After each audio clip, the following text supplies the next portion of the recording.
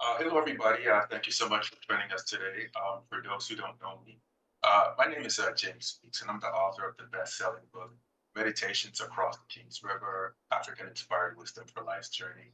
I'm also the personal finance leader for Black executive men, and we are on a mission to create generational wealth, live happier lives, and also create the next generation of leaders in finance and technology. Today, we're so honored and blessed to have Maurice Wilson joining us today. He is an engineer turned financial stock expert, and he helps high income families and successful business owners earn above average incomes. Maurice, thank you for joining us today. Thank you. Uh, Thanks for having me out. I really appreciate it. It's a great opportunity. Okay, Honored to be here. beautiful, beautiful. So, I was looking at your background, and one of the things that fascinated me is one, your you started off in engineering and then you pivoted into the financial space. What led to that? How did that? But I see that you're somehow both of these. Your engineering background is helping you in your current path of guiding people. Could you tell us about that? Definitely. So engineering, I got started on the engineering path. I was a kid, born in the 70s, but I'm a, 80s baby and then 90s college student. So in the 90s, there was a big push to increase the number of black engineers. And so there's a lot of corporate money floating around for scholarships. So a lot of HBCUs were recruiting people to get into the engineering space. I took a kind of indirect space to get to Tennessee, or indirect route to get to Tennessee State University that I can definitely get into as time allows. But suffice to say, when I started at Chrysler, um, I sat for a seminar about investing. And one of the things I liked about engineering is engineering, to keep it short, you know stuff that a lot of people don't know, and I liked that. That was something that I liked about going to college, was learning something that everybody didn't know. And most people don't want to touch math, much less thermodynamics, physics, dynamics, fluids, all of that stuff. Nobody wants to touch it. So I enjoyed having that piece of knowledge. And so I'm sitting in this seminar listening to things. It's 2000. So we're hearing about mutual funds and stocks and interest rates and all of these vernacular that I'm not aware of. And so I just jump into it because I don't know this and I want to know more. And so at that time, the dot-com crisis was starting to unfold. And so I was an avid reader of USA Today. And so I could see the headlines about a financial crisis or dot-com. And then I've got this new thing called the stock market that I'm into. So my interest was piqued, my passion was awakened, and I just dove in and I said, okay, this is what I want to get into, not even be a financial advisor, just get into, because what's happening on the bottom of the screen, these tickers, as we call it now, is happening on the main street, and there's a connection and it's fresh every day. Like right now, the whole investment world is waiting to see what Nvidia is going to have for earnings, and it's going to swing the market several billions of dollars. Like that's exciting, right? Like how do you play that? Like do you short it? Do you stay invested? Do you dodge it? So it's just you can't beat that level of urgency, if you will. And so engineers are problem solvers. There are problems to be solved for clients, portfolios, and financial plans. So the two go hand in hand. And I've just been doing it for almost 20 years now. We're 20 years on August 31st. And so that's kind of how I got into it. So that's beautiful. So of course there are many paths that we could all take for to create generational wealth. But why the stock market? I mean, historically, from what I understand, so many of our people we shied away from the stock market. Stock market, we're not invested the way that we could or should be. And to be honest, a lot of us are not making the time or the effort to learn about this. Why why your focus on why your passion for this? Got it. If you let me, I got two slides. If that's okay, I can Sure. show it on my screen. Yeah, yeah. Give So me, yeah, let you me give me a let me few. make you the host and then you All can right. share away one moment. All right.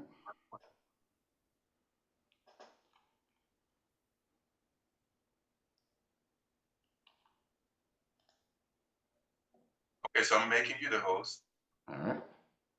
And I appreciate that. Let me make this. Okay. All right. So just let me know. I think it's still queuing up. All right, here we go. So one thing, and these are my words, right? So people, it's not, you can't prove it, but I think I got some good data points, and I say the stock market is the greatest wealth creator of all time. So let's talk about that. You got real estate, you got, starting your own business. Let me get my annotation. You got starting your own business, right? You got investing, and then of course you got, going to college, right? Most people are kind of right here, then they go here, but it's their primary home.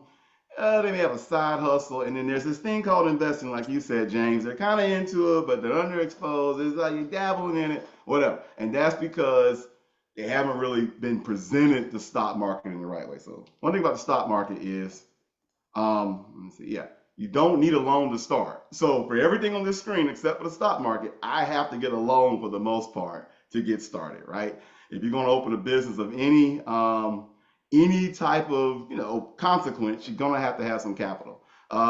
It has the lowest cost to entry. You can invest with a penny, literally, and get exposed to the stock market. So you want some Nvidia, you can put a penny in. We have what's called fractional shares now. It's the highest liquidity. What does that mean? If I don't like what I own, I'm not stuck. So if you watch HGTV, they go in, they renovate that property, and they hope it sells. And if it doesn't, they kind of got to eat the loss. With the stock market, if it's not working for you, you can jump out. So we have high positions in certain stocks right now. If the market were to move against us, we don't have to find the buyer to unload. We can unload instantly. Can't do that with almost any other major wealth builder. Requires the least amount of work. Now, I am not lazy, but in terms of owning real estate investments, there's all these moving parts. You got your property manager, your cleaners, your repair team, you got the bankers, you got the tenants, right? All of that's going on. Even if you got a property manager, he or she's going to come to you and say, hey, we got to replace this, repair that, think about this.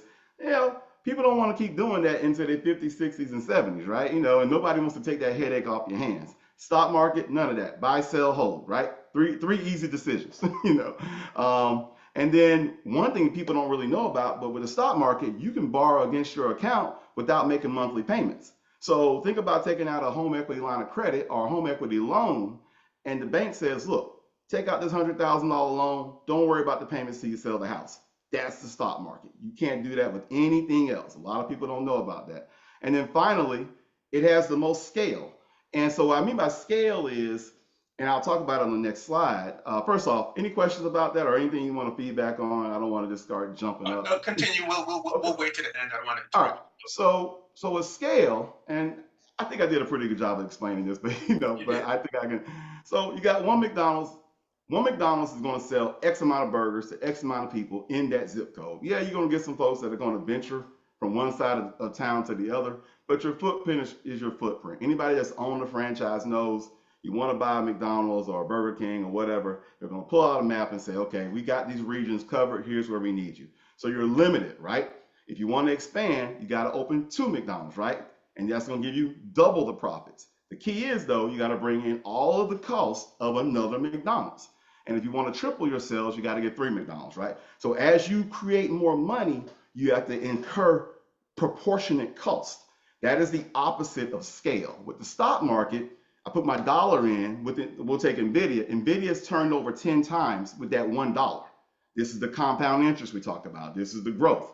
I didn't have to put more money in. I didn't have to find a new stock. My investment is 10x on me in the span of 2 years without me having to add more money. You can't do that with other businesses. You will always have to find more customers, more to get the bottom line to grow up. And so to me, that's one of the biggest things about the stock market that I like. So what does that look like, right? I'll just go one more slide in before talking. So let's take this slide here, right? So we're gonna go with some things. So there's Amazon. And what I tell people is if you haven't ordered something from Amazon in the last 6 months, raise your hand, right? And most people can't raise their hand. So then there's Apple, right? Okay, most people they got an iPhone or they downloaded a song or their friends have an iPhone. It's either the iPhone or the Android. Some people have the other phone, but usually iPhone and Android. Then you got Home Depot. Hey, Atlanta, most people in Atlanta use Home Depot. If not, there's Lowe's. If you're doing a project at home, you're going to go there. Visa, Intuit, TurboTax, MailChimp, QuickBooks, they corner that market. Microsoft, this is PowerPoint we're using. Most people are using Word, Outlook, Hotmail. Chipotle, fast casual Mexican, that's kind of the new McDonald's. MasterCard, and then Google. So what I have here, yeah, what I have here is 10 stocks, right, that you could have owned 10 years ago, right? If I said, hey, who does e-commerce? Amazon. If I say, hey, who's got the hot kind of phone or music MP3 device? Home improvement, credit cards, TurboTax or taxes. So you could have put your money in those companies. So $10,000 invested in those companies 10 years ago is $120,000 today. Now, by comparison, the average home was $320,000 in 2014. So the average home would need to be 3.2 million today to match what the growth was in this portfolio. Now, these aren't like secret stocks, right? These are, these aren't things that you would not have bought 10 years ago and today. You didn't have to be a rocket scientist. And so that's what I like about the stock market. That's the type of growth and scale. 10,000, if you put 100,000 in, 1.2 million, you can't get that from your house without buying more homes, right? I got to buy 10 homes to have a $3.2 million, portfolio, if you will. So I love that. I have three more slides like this, but I won't jump into it. I'll just stop here and get No, some go response. ahead with your slide. I think we're Oh, all right. Let's say. okay, All that's right, so great. we take it back. Let's go 20 years, right? I'm gonna keep the same top row, right? And that's what I mean. A lot of folks want to overcomplicate investing and try to, like I always get, hey Maurice, what's the next? Don't worry about that's not the way capitalism works. The way capitalism works is we try to stop companies from dominating the market. And typically what we do is we let them dominate and then pull them in. Perfect example, Uber and Lyft, right? Okay, when did Uber apply for taxi permits? Never. They just jumped in the market and just put those cars out there, and before you know it, Uber floods the market. Airbnb, when did they apply with city ordinances to set up Airbnb? They didn't. They just flooded the market, and now we're trying to bring it in. So that's how it works. So anytime people say, well, you pick these stocks, these are easies. I'm like, yeah, you want to pick the easy stocks. They're going to continue to dominate until proven otherwise. So let's add some here. Coke, Nike, McDonald's, all right? Walt Disney, I think I got one. Yeah, TJ Maxx. I mean, anybody that goes TJ Maxx, Home Goods, Marshalls, there's always a line out the door. That's what we want, a line out the door. So if we put 10,000 in 20 years ago, 380,000, same concept, $250,000 home 10 years ago would need to be worth 500,000, right? This stock went up to 38x. So again, that's that scale. A lot of folks trying to pay for college right now. You put $10,000 away a little over 18 years ago, or a little bit less than 18 years ago. Your kid's covered because that's what college costs now, roughly 100 to 200,000 if you're in state or out of state. Again, you didn't do a lot of work. You just put it in. That money turn. You didn't have to think about it. Boom, there you have it. And people look at this and say, well, yeah, it's obvious now. It was obvious then. I mean, I remember when the value meal came out. I was working at McDonald's when it came out. So let's go back 30 years, right? Most of this stuff stays, which a lot of people are surprised at. I remember TurboTax when I was a kid. All right, so Intel and American Express. Again, I have not pulled out any mystery stocks. Same concept, $10,000 back then, almost a little over a million today. That's a 100x return. Average home back then was 130,000. The average home today is not 100 times the average home. So this is why I like the market, right? It is to me the greatest wealth creator of all time. But if you see all this, you got to ask yourself, okay, why don't more people invest, right? Because that's what you asked, right? And so, well, it's easy. Everybody can do it. You just buy what everybody's consuming, right? You don't need a loan to start. No tenants, no employees, no property man. I have employees. I got state tax. I'm doing something right now with the state of North Carolina. I got to identify everything and get my state taxes and all that stuff. No property tax, no ownership taxes. I got payroll taxes. And in some cases, no taxes when it comes to the stock market. There are accounts where you never pay taxes on. So all these benefits, the stuff you don't want, and it's easy to get into, but most people don't do it. And of course, you can scale, right? So why don't more people do it? Because you can lose money, right? That's people's number one concern is that they can lose money. And the thing is, you do lose money. And here's the thing: is money is lost in the stock market. It's like the stock market's been around so long, we know the flavors and the sizes of the losses. So typically, you'll get a 5% pullback 1 to 2 times a year, 10% correction every 12 to 15 months, and then a bear market once every 5 years. And so this is kind of how the market is, goes down. Now, if you think about it, this isn't that bad. Okay, every 6 months, I'm a 5%, 1 to almost 1.5 years, 10%, and then once every 5 years, 20%. So what's the fuss, right? That's really not that bad. It's not this that messes with people. It's the volatility. That's what messes with people. So even this year, right? The market is up roughly, this chart's about a week or two out of date. The market, well, 2 weeks, the market is up roughly 16% right now. All right. And so you'll see here, it went up 10% from January through spring, but then spring down 5%. That's that pullback we're talking about, right? And then it recovers, goes up 18%, and then boom, down 9%. That's kind of that correction or 10% pullback. People don't like that, right? So you buy a $500,000 home, 6 months in, it's a $450,000 home. Hey, well, why is my home value down? Then it goes from 450 up to 550, and then drops back down to like 495 or something like that. People don't, that's volatility. They don't like that. They want that property value to stay consistent. If not go up, stay flat. And that's what scares people. And so what you have to understand is with all of that volatility, with all those periodic losses, the market is up 55 out of the last 70 years. It's ended up. That means 4 out of the last 5 years, the market's been positive.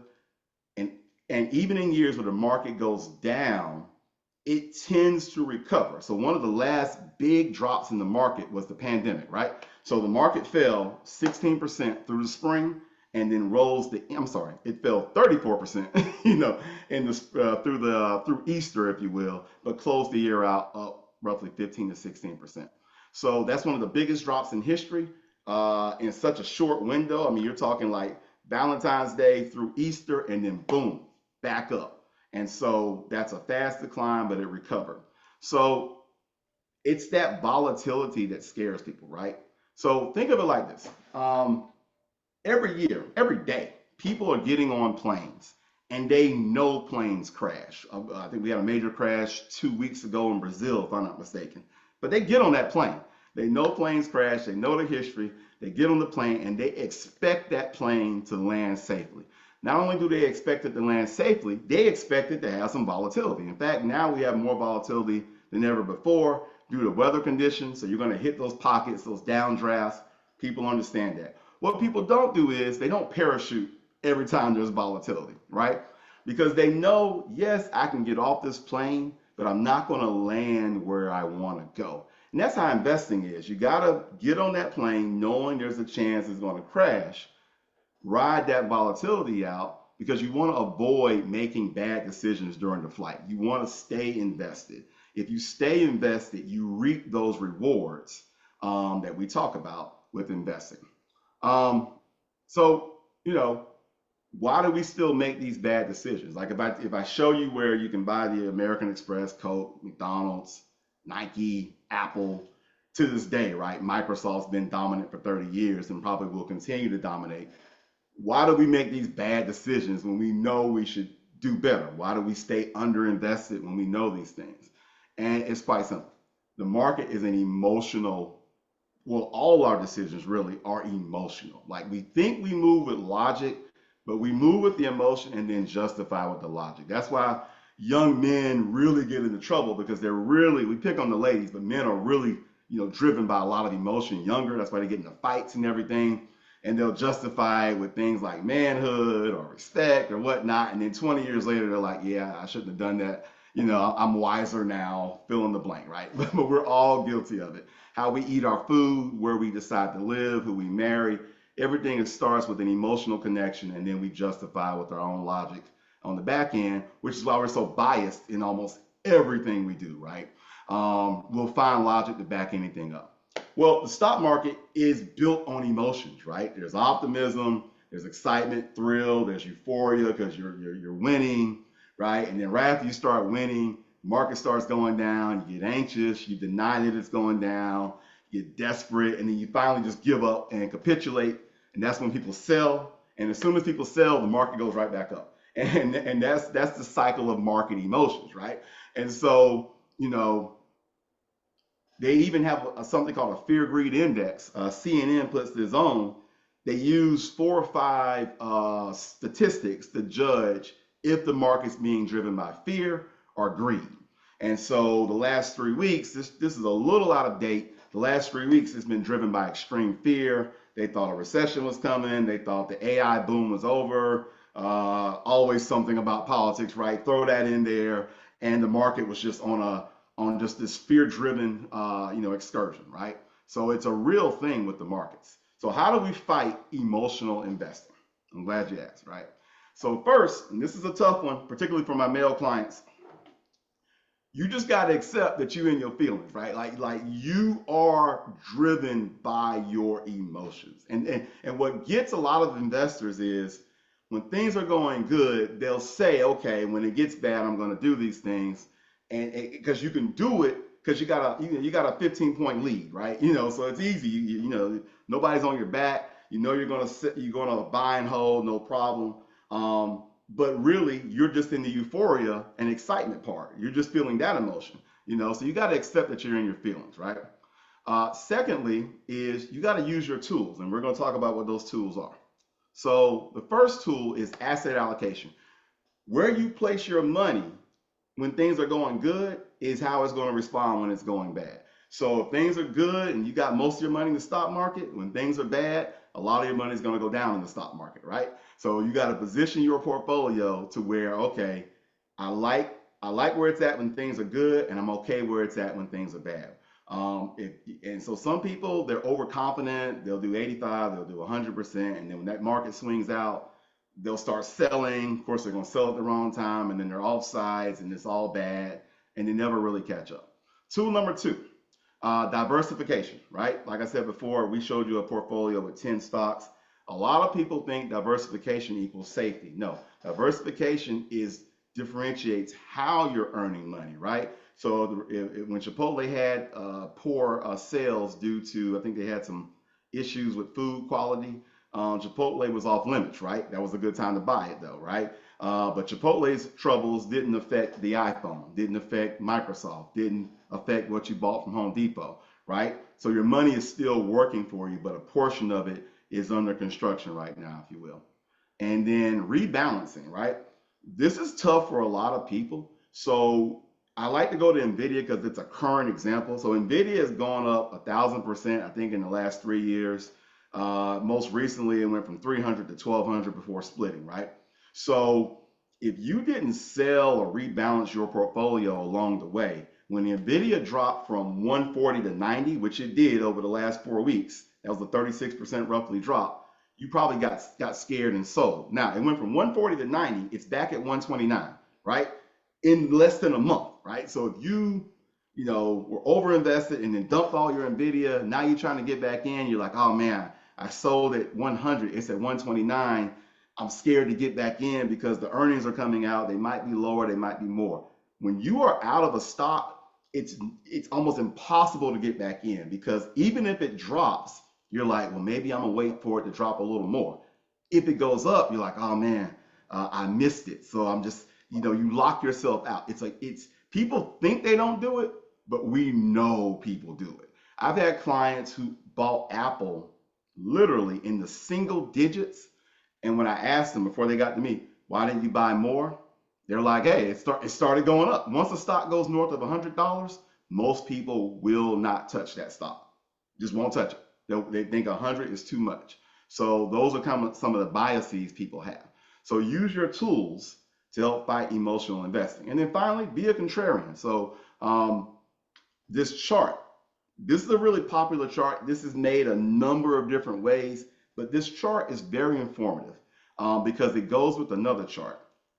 Um, this chart is the same chart with the emotions, but pay attention to the point of maximum risk and maximum opportunity.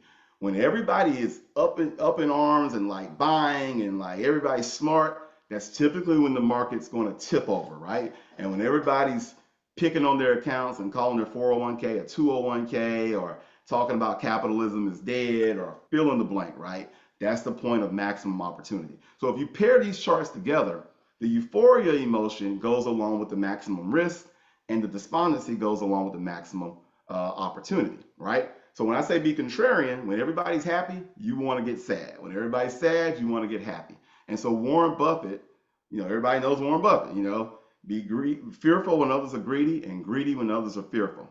So we see this a lot in real estate. You go to a city, like I went to school in Nashville, or I used to live in Detroit, and everybody's like, "Oh man, I wish I would have bought when nobody wanted to live here," right? Because now everybody's moving here, and the opportunity has been lost. The market gives you that opportunity all the time, like literally all the time. Like right now, Nike dropped from 150 to like 71. Now it's moving back up like 83, 84. That's an opportunity. Let's see, most recently, Dollar General. It's gotten really killed, right? That's an opportunity. So there's all these opportunities to invest when others are scared in the stock market. You don't have to wait for a recession. So be a contrarian, because if you're buying when nobody wants it, it's you don't have to worry about it falling much further. As I say, it's hard to fall out of a ditch. So if I'm buying something at the lowest point possible or near the lowest point possible, a lot of the decline's already been wrung out of that stock, so I can just ride the wave. So one really popular example is Netflix. In the '08 recession, Netflix got just killed, and it hit that bottom in '08 and rolled really high into the pandemic. Like it was a 10-year plus run into the pandemic. Same thing with Amazon. Amazon was getting beat up right before the pandemic, and then the pandemic hit, and Amazon, was the champion of the pandemic because everybody was ordering stuff. So it's going on all around you. Just be a contrarian and buy. Um, and this is a little something I said, like I said, Amazon 2001, Netflix '08, Facebook with the metaverse stuff that didn't work out. It got killed. Those are some stocks. One thing about like bad markets, like recessions and whatnot, is that everything freezes up, right? They don't give you any credit because the banks are scared, right? Um, so people aren't really going to give you money to start a business, right? You can't buy a home, right? Because the credit's tightened up. If you do buy stuff that's like distressed assets and whatnot, you have to hold it for a while before it reverses. But see, stocks, they're attractive. They're on sale, and you don't need a loan to get it. So one thing about stocks is when things are really, really bad, they're the best thing to buy. Well, I can't say the best. They're one of the ideal things to buy because you can get access to it, and you don't usually have to wait long for it to turn around. So that's something to keep in mind, is that stocks are some of the best things to buy when the markets are, when really the recessions are going on and whatnot. All right. So in conclusion, I think the stock market's the greatest wealth creator of all time. We talked about some of those reasons. People are afraid to invest because they can lose money and they don't like volatility. But you got to control that by controlling your emotions, right? So being honest with yourself, we're all driven by emotion. One of the things I tell people, when the stock market's going down, I turn off all news. Like, even if it's down a little bit, I don't want to hear about it. I don't want to know about it. I want to wait till the market's closed and see what's on sale. Now, people think that's silly, but trust me, you want to cut that negative cycle into your head, because you're going to get scared and you're going to push the sell button. And there's always a time to sell, but typically not when everybody's selling. Use your tools: asset allocation, rebalancing, diversification, be a contrarian, be greedy when others are fearful. So that's how you kind of invest in volatile times. And I'll take Q&A discussion. Thanks for sitting through that. I really appreciate it. Well, I love it. I thought it was fantastic, and I watch this over and over again. So what I'd like to do is I'd like to just open up and ask if our guests if they have any questions. We have time for maybe 5 minutes of question and answer. And then Maurice, I'll close up by asking you a different question. So I'd like to, so I think Jamar has a question. So Jamar, if you could unmute yourself and ask your question. I mean, if you have a question. Really, I just have a compliment, man, as far as the job Maurice just did. Maurice, with as me being an aspiring financial advisor, man, that was pretty thorough, man. I really appreciate the presentation there. I'm here in Dallas, Texas. We all know where the market is driving here with a lot of businesses coming. One thing that I guess I'm heavily in right now is real estate, and I like the examples that you set with the real estate market and everything. What is it that you kind of see just from your perspective of where the market is as far as the stock market and the real estate market moving towards 2025? All right. Real estate. It's it's such a interest rate sensitive type of concept, right? So you got the interest rates, which I guess will be going down in September. Um, but the fear is that it's going to create a flood of buyers, and it's going to keep those prices high. But real estate is always in style. It's just all about your entry point, right? So if you bought before the recession or pandemic, you got a great price. If you bought shortly after the pandemic, you got a great price. I think right now it's really tight in certain markets. But if you can get a good price, I think it's worth it if you're talking, investments. Primary home, I think it's still worth it because as you know, um, it's not so much that you make money on your primary home, it's that you get your money back when you sell, right? When you rent, you don't get your money back, right? At least with the primary home, Right. you get your money back. So I think so real estate to me is always a good investment for most people because of those reasons. Stock market, we like I said, you have a 20% decline every 4 or every 5 years. So, you had your let's go 25 years, 2000, you had your dot-com, 2008, that's number two, you had your Great Recession, you Right. had your 2022, and then I'm missing one in here. Oh, yeah, 2022, that's three. That's a fourth. Oh, pandemic, right? It's a pandemic. So that's Right. four, out of the last 20. So that's one every kind of 5 years, right? So I think we're past it. I think, and as you know, because you've been following, they keep trying to bring this recession, Right. to bear, and you've been on the wrong side of that. And to me, I have something on my LinkedIn page or website where I talk about, all right, I'm going to throw a number out. It's not accurate, but the percentage is right. Only one out of the last X periods of inflation has been conquered without a recession, right? So usually a recession is the only way you can beat inflation. And I forgot what year they did it. So that's one data point, right? So usually you have to have a recession when you have high inflation. The second Right. data point is if you look, a recession is defined as two consecutive negative GDPs, right? Okay, Right. if you remember, there was a period, and the conservatives are right to say this, where Biden and and I'm not political, forget all that. I'm not even, I'm not making a political statement. I'm talking about who was in charge. Biden and them said, hey, this is not a recession. Like they just literally said it's not a recession, but it was two consecutive negative GDP numbers. So Right. I put a presentation saying, hey, if you take the clinical definition of a recession and combine it with the fact that we have precedents for beating or for not beating inflation without a recession. It's only happened once. Then we had our recession. It's just that politically it was not deemed a recession, And so Right. Right. putting all that together to your 2025 comment or beyond, we're probably in the green. It's just that bull markets are always born with pessimism, right? So Hmm. your bull market started in 2022 by my estimate, because the market went down 25% before recovering. Through it went down through October and recovered since then. So that's my take on it. Gotcha. Gotcha. Appreciate that, man. Thank you so much.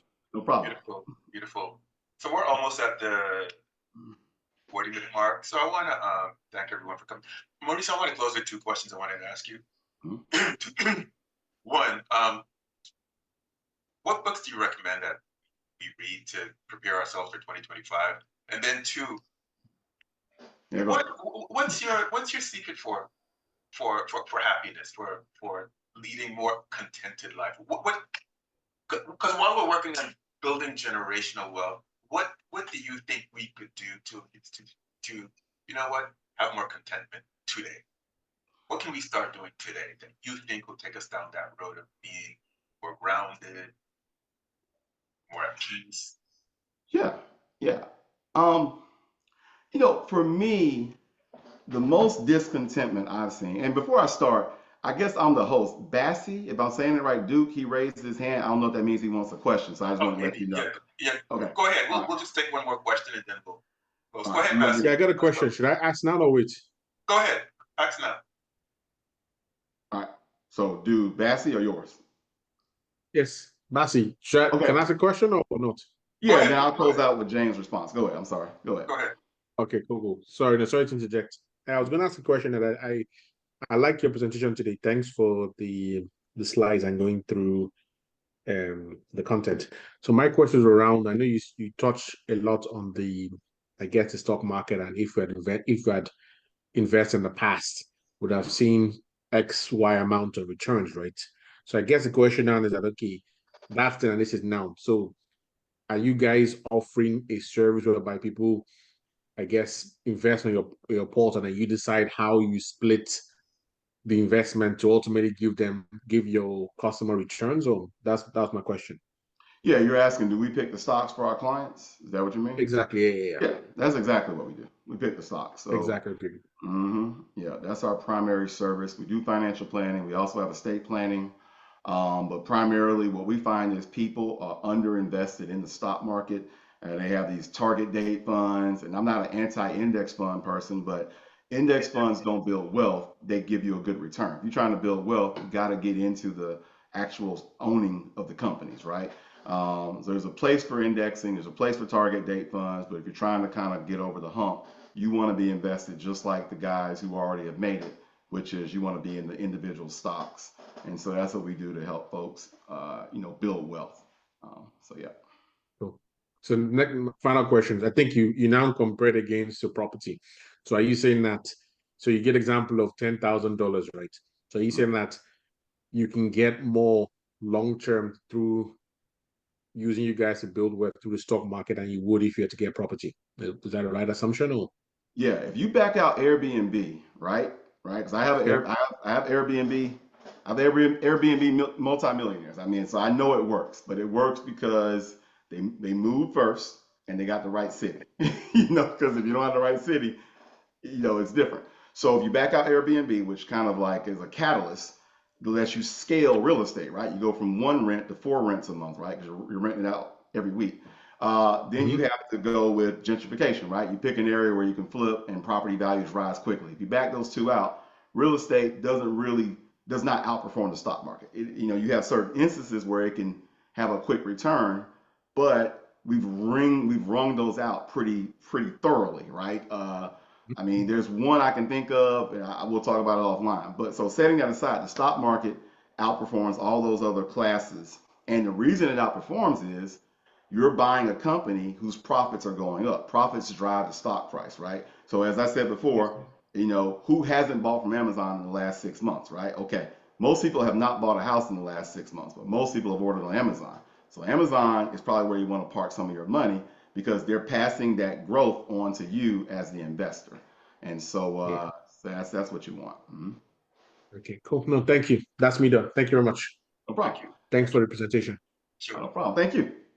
As far as contentment, James, so we get a lot of that. I will say without a doubt, and I noticed this when I first worked at Chrysler, and I see it now. Uh, Finding out, I mean, you can call it passion, you can call it raison d'etre, reason for being. Finding out what you want to do when you wake up in the morning, and like what you really want to do, whether no matter what it pays, to me is a building block for contentment. Now, I'm a faith-based guy, if you want to say that. So I'm not precluding the religions, right? But setting that aside, because I hate when people say, I just want a healthy baby. I know you want a baby. You want a boy or a girl, right? You want an answer. So setting aside the healthy baby thing, I'm giving you a real answer. Most people are not content if they don't know what they want to do with their life and if they don't have the chance to do it. And people associate it with like not making a lot of money. I'm talking about folks who make a lot of money and are not content. We're talking $500,000.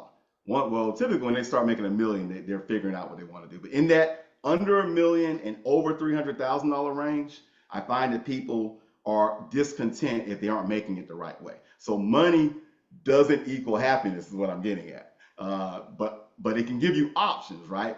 So for me personally, when I tapped into what I really wanted to do, I was content. That's, and I will say this, I do have two numbers. I have an income number and a net worth number that I set a long time ago that I continue to work towards. Why did I do that? Because you don't want, what do they call it? Comparison is the envy or thief of joy or whatever, so I don't compare myself to anybody. Once I hit my numbers, I'm good, So that's been working for me. And I think your other question was what books would you recommend that we books, right? So yeah, Investing for Dummies, right? This is what started it all for me. Investing for Dummies. I still have the marks and everything right there. This is somewhat out of date, but the concepts are still accurate, right? Investing for Dummies. I would say more recently. This one's pretty popular, but this is Atomic Habits. I don't know if that's showing up with the tin foil. It is. Yeah. So you can read this, but let's face it, you may not have a lot of time. There's a great YouTube video that breaks this down. It's like a kind of an animated feature. This has been great. And what this helps you do is just kind of, like I say, you're gonna break the bad habits. Most people have bad habits. Well, we all have bad habits, and work on the good habits, right? So Atomic Habits. And then trying to think what to give you a real answer, not just something that's just made up. Now, people are going to laugh at this, right? But it's the real talk. This one right here, right? So this isn't a book, right? These are flashcards, right? But you gotta, and everybody may not be black on the line, but you gotta have a sense of what came before you to achieve what lies before you, right? To know what's possible. So I think tapping into my history, and teaching it to my kids and whatnot, gives me somewhat of a foundation to move forward, because a lot of what gets programmed into people who aren't of a certain group in this country is what you can't do, right? So if you know what's happened before, then you know what can be possible and you can move forward. And so those are kind of the things that stay on my shelf. One's a finance, one's breaking those habits. Like I say, we're all, biased, emotional creatures, and then dig it into your history. I think you can't go wrong with that. Well, thank you so much. We're at the mark, but this has been a phenomenal presentation. We're gonna have you back on like next quarter to continue this conversation. It's just so needed. And I just know that so many other people will benefit from the immense wisdom that you have. So thank you so much for being the first in this speaker series. So thank you so much. No problem. It was an honor. It's always good to get in front of people and kind of share what I know. And hey, I don't know everything, right? And put that disclaimer out there, so you know. So there are times when I learn from other people. So, but hopefully this helps. And thank you so much. Thank you for creating this. Yeah, yes, definitely. Thank you. All right.